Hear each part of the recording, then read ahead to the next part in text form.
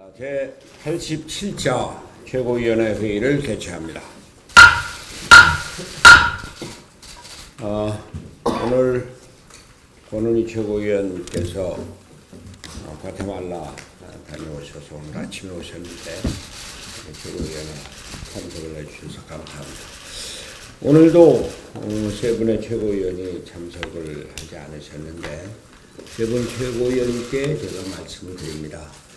이번 주말까지는 참석을 해주셔서 최고회의 당무를 정상화시켜 주시기 바랍니다. 또 저희가 아무래도 물론 지금 7분의 최고위원 중에 4분 성원이 돼서 의결 정도는 갖췄지만 그래도 최고위원회가 정상적으로 운영이 될 수 있도록 당무에 적극 협조해 주시기 바랍니다. 이번 주말까지 참석을 해 주실 것을 부탁을 드립니다. 어제 제가 안산에서 열린 세월호 참사 5주기 기억식에 다녀왔습니다. 아직도 5분의 시신이라고 그러면 미수자 이걸 찾지 못해서 추모식이라고 하지 않고 기억식이라고 이름을 붙인 데 대해서 가슴이 많이 아픕니다.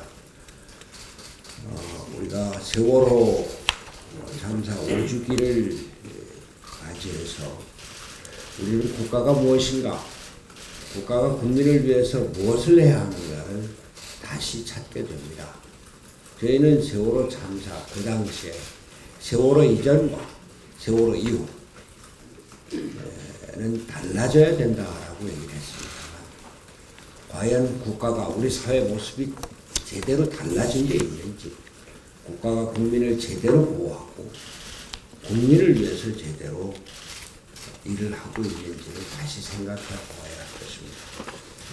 더더군다나 세월호 참사가 우리나라 저희 정치 지형을 이념적으로 좌우 진보 보수를 계속 가르고 더 확대시키는 데 대해서는 아픈 마음을 금할 수가 없었습니다.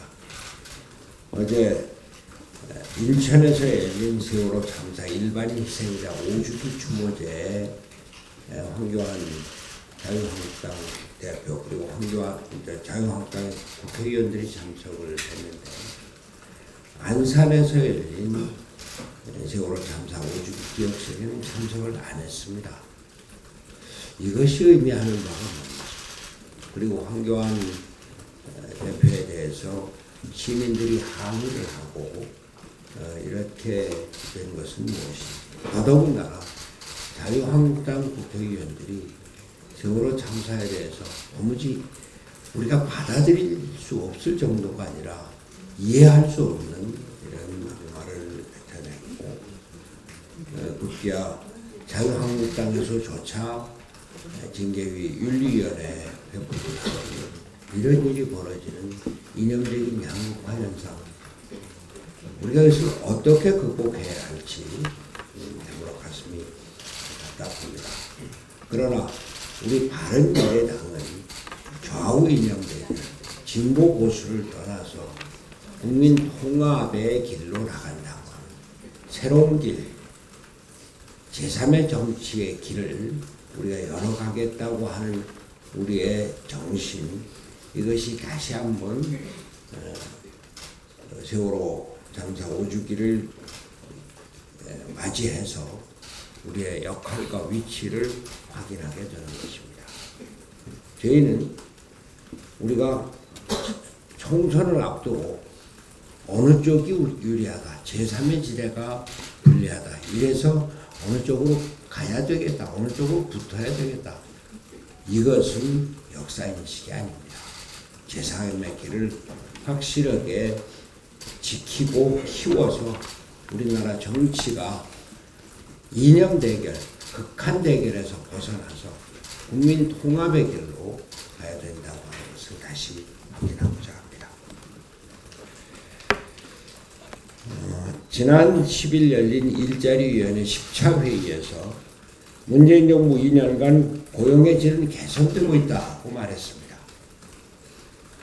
대통령이 위원장으로 있는 일자리위원회가 동시 세상 돌아가는 것을 알고나 있는지 의문입니다.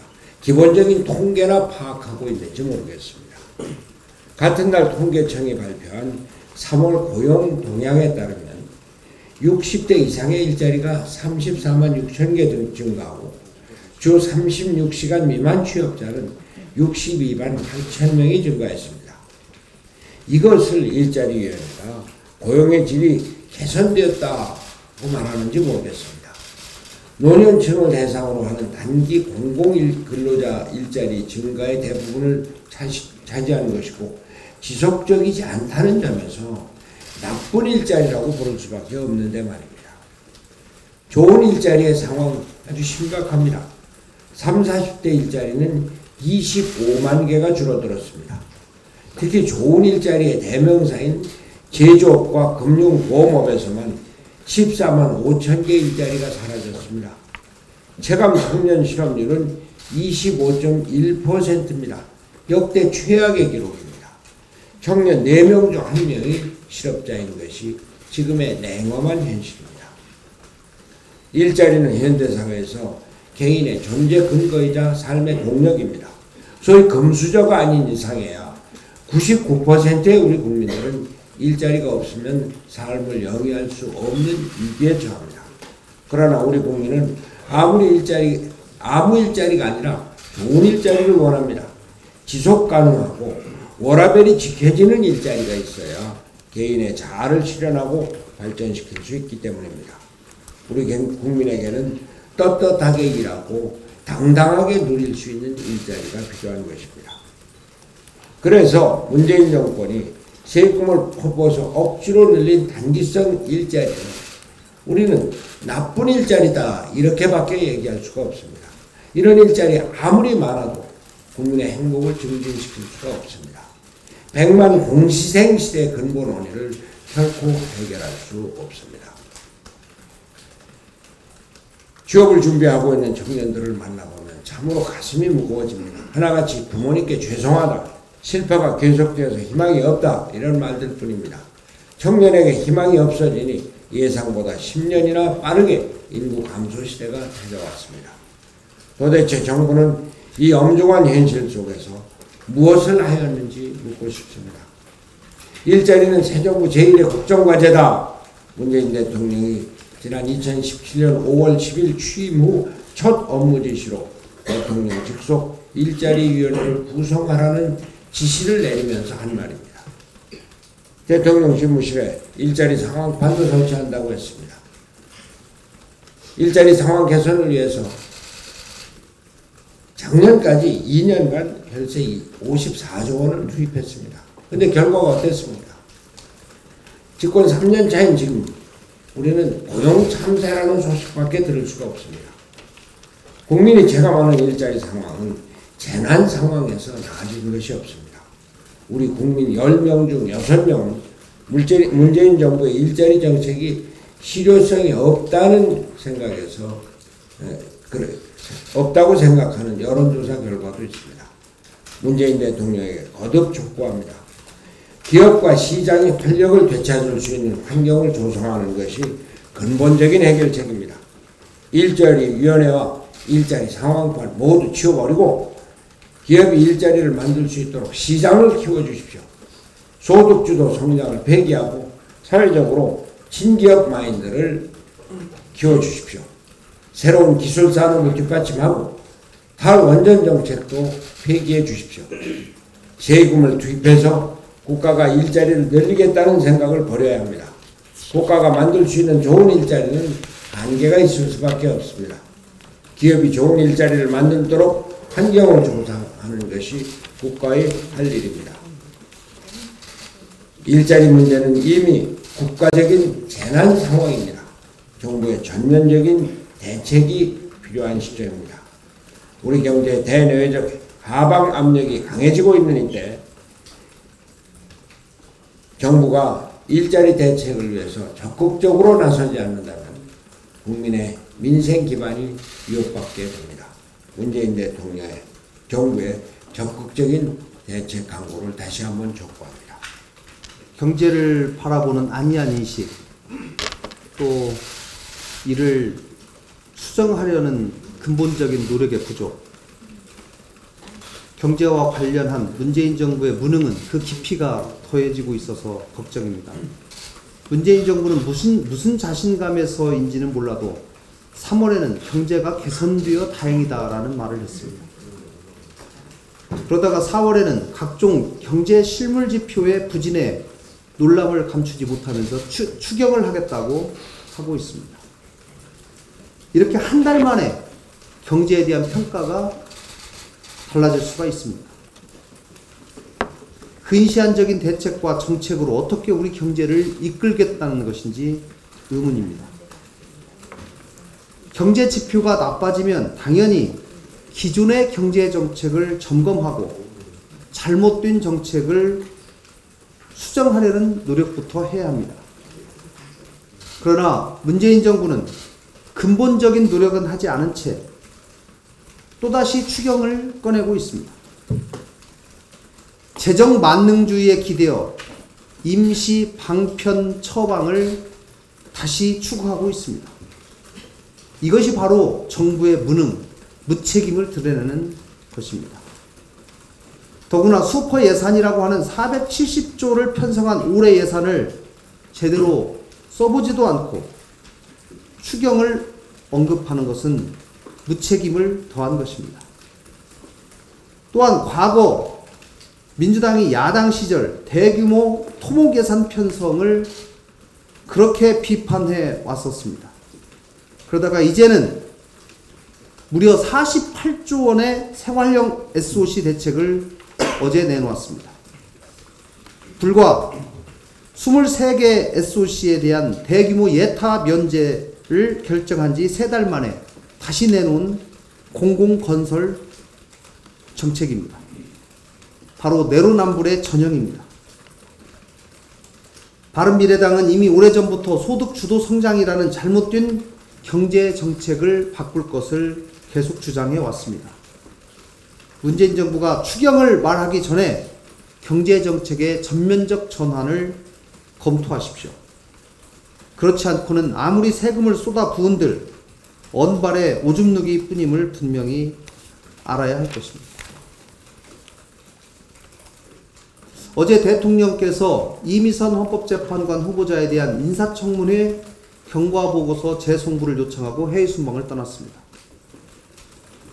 해외 순방 가면 임명 강행입니다. 그 공식이 다시 재현될 상황입니다. 매우 유감입니다.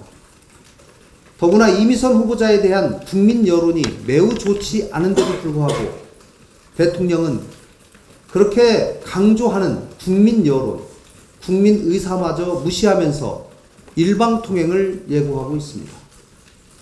이미선 후보자가 임명 강행된다면 문재인 정부에서 국회 인사청문 보고서 없이 임명되는 공직 후보자는 15명이 됩니다.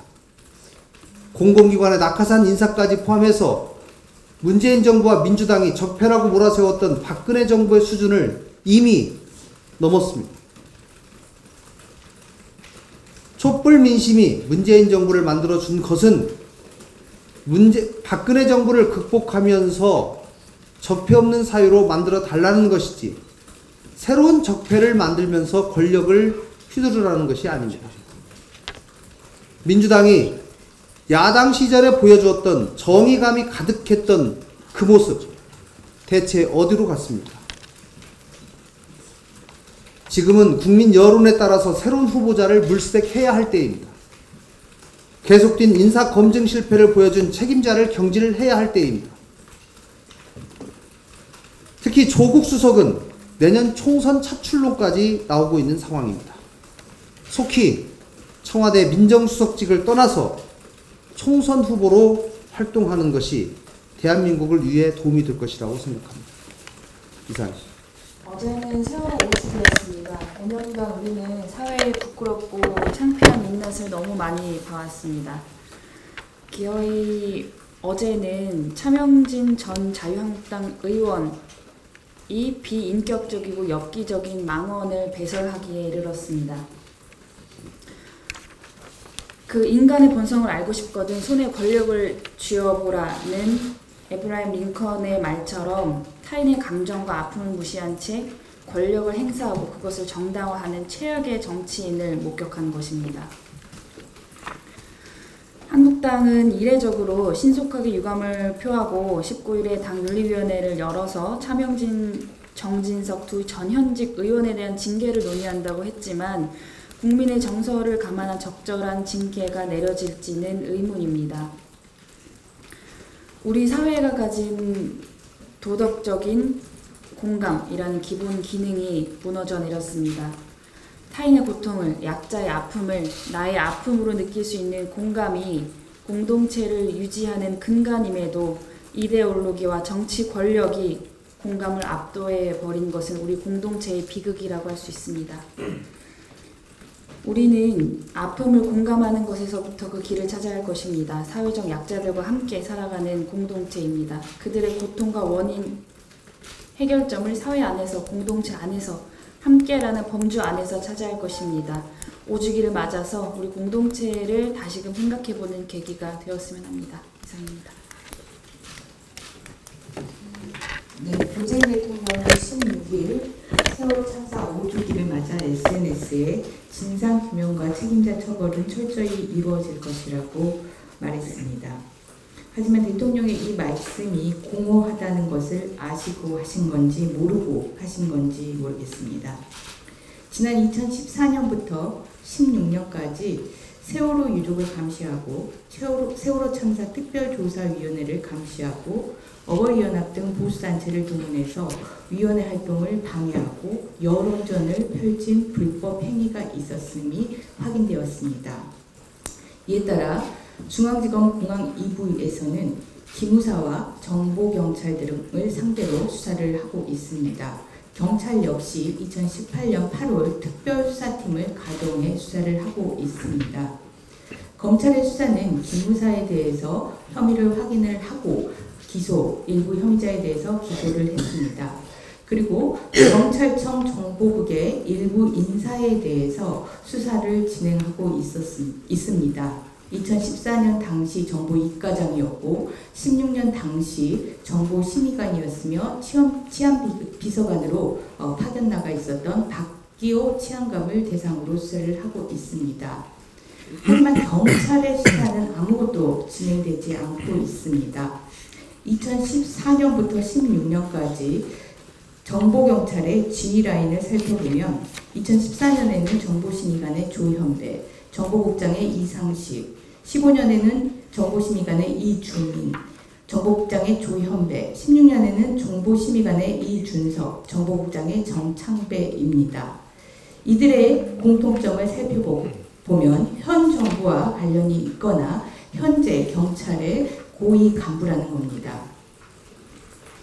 정보심의관인 조현배는 현재 해양경찰청장으로 영전에 있습니다. 그리고 정보국장이었던 이상식은 4.13 지방선거 당시 대구시장 민주당 후보로 출마한 바 있습니다. 그리고 2015년 정보심의관이었던 이주민은 노무현 정부시 국정상황실에 근무하고 서울청장으로 퇴직한 바 있습니다. 이렇게 현 정부와 관련이 있거나 아니면 현재 경찰의 고위 간부인 사람들을 대상으로는 불법 행위에 대한 어떠한 수사도 진행되지 않고 있습니다. 대통령께서는 16일 SNS에 게재한 진상규명과 책임자 처벌은 철저히 이루어질 것이라는 말이 공허한 메아리라는 것을 각성하시길 바랍니다. 다른 공개적인 말씀 없으시면